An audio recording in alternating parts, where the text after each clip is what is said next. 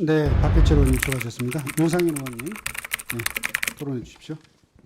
우리 고용노동부 장관님 수고 많으십니다. 질의 올리겠습니다. 장관님, 우리 이재명 대통령께서 산재와의 전쟁 한 일주일 전에 선포하셨죠. 그런데 아시다시피 어제 경상북도 청도군 경부선 철로에서 안타까운 산재 사망사고가 있었습니다. 장관님, 이 어제 사고가 중대재해 맞습니까? 현재 2분 이상 사망하셨기 때문에 중대재해에 해당한다고 판단하고 있습니다. 그러면 중대재해법상 처벌 대상 맞습니까? 현재 수사를 해봐야 되지만 현재 제가 보기에는 중대재해 처벌 대상이 맞는 것으로 사료됩니다. 장관님 아시다시피 지난 8월 초인가요? 포스코 ENC 경기도 어디 광명 사업장에서 30대 미얀마인 감전 사고에 대해서 경찰이 강제 수사했죠. 압수하겠죠. 사장들, 임직원들 줄줄이 사퇴했죠. 심지어 대통령께서는 면허 취소까지 말씀하셨습니다. 그러면 이와 같은 논리로 똑같이 어제 중대재해법상 처벌 대상이라면은 당연히 경찰이 코레일에 대해서 강제 수사해야죠. 맞습니까? 지 고하를 막론하고 엄중하게 수사하겠습니다. 또 압수수색해야죠.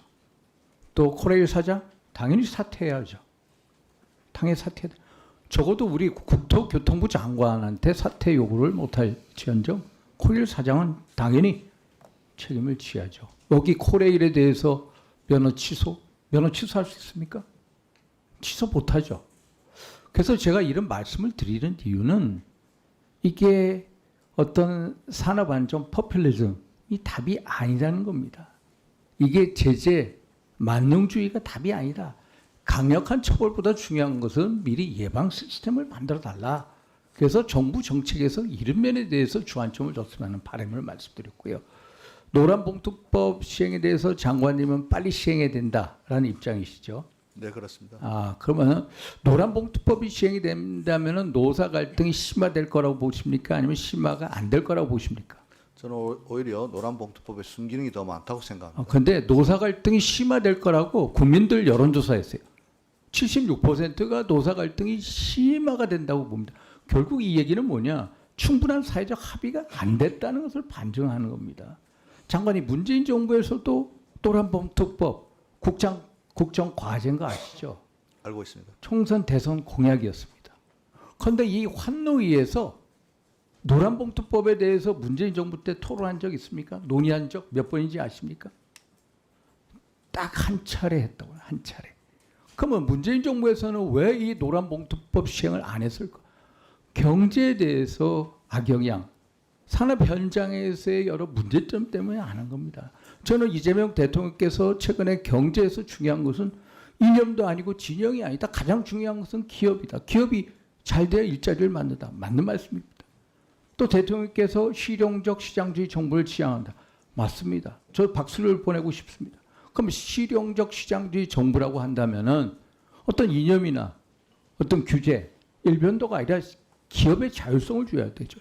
그러면 지금 한번 보십시오. 기업들 미국과의 관세 전쟁에 의해서 정말로 노심초사하면서 어떻게 하면은 전략, 생산 전략, 여러 판로 전략을 만들려고 전전긍긍하고 있는데 실용적 시장주의 정부라고 자처하는 이재명 정부가 경제계가 가장 염려하는 1차 상법 개정안 통과시켰습니다.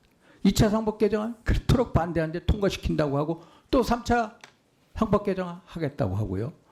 또 이 노란봉투법 얼마나 반대가 많습니까? 산업 현장에서 얼마나 노사 갈등이 심화될 거라고 보는데 이거에 대해서도 어떻게든 통과하려고 한다. 이게 실용적 시장주의 정부냐? 기업의 자율성, 기업의 요구 틀어주냐? 아니다. 저는 반기업적 시장주의 정부라고 생각을 합니다.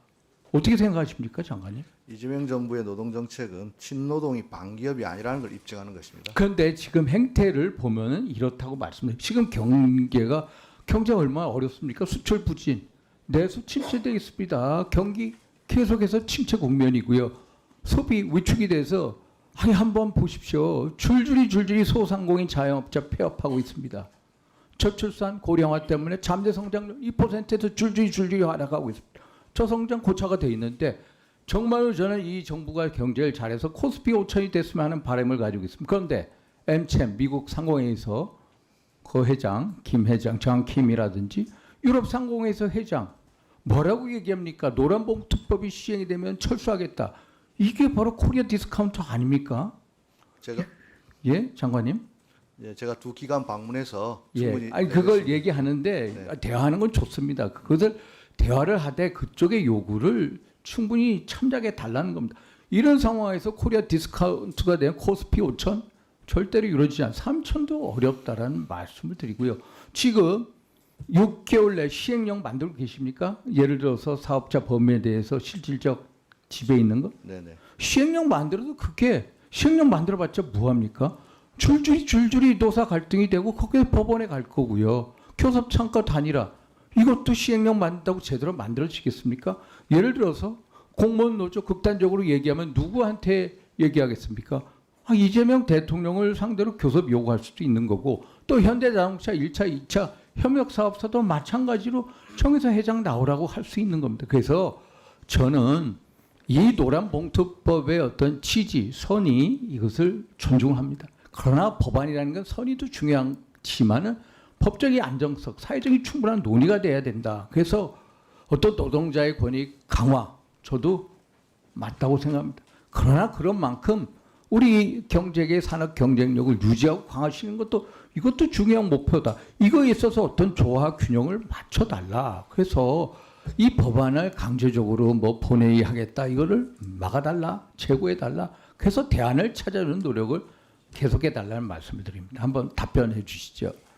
존경하는 윤상현 위원님 말씀하신 내용을 잘 귀담아서 이 노란봉투법이 반기업법이 되지 않고 노사 상생의 새로운 패러다임을 만드는 데 기여할 수 있도록 그리고 현장의 불안정성을 제고해서 안착될 수 있도록 최선을 다하겠습니다.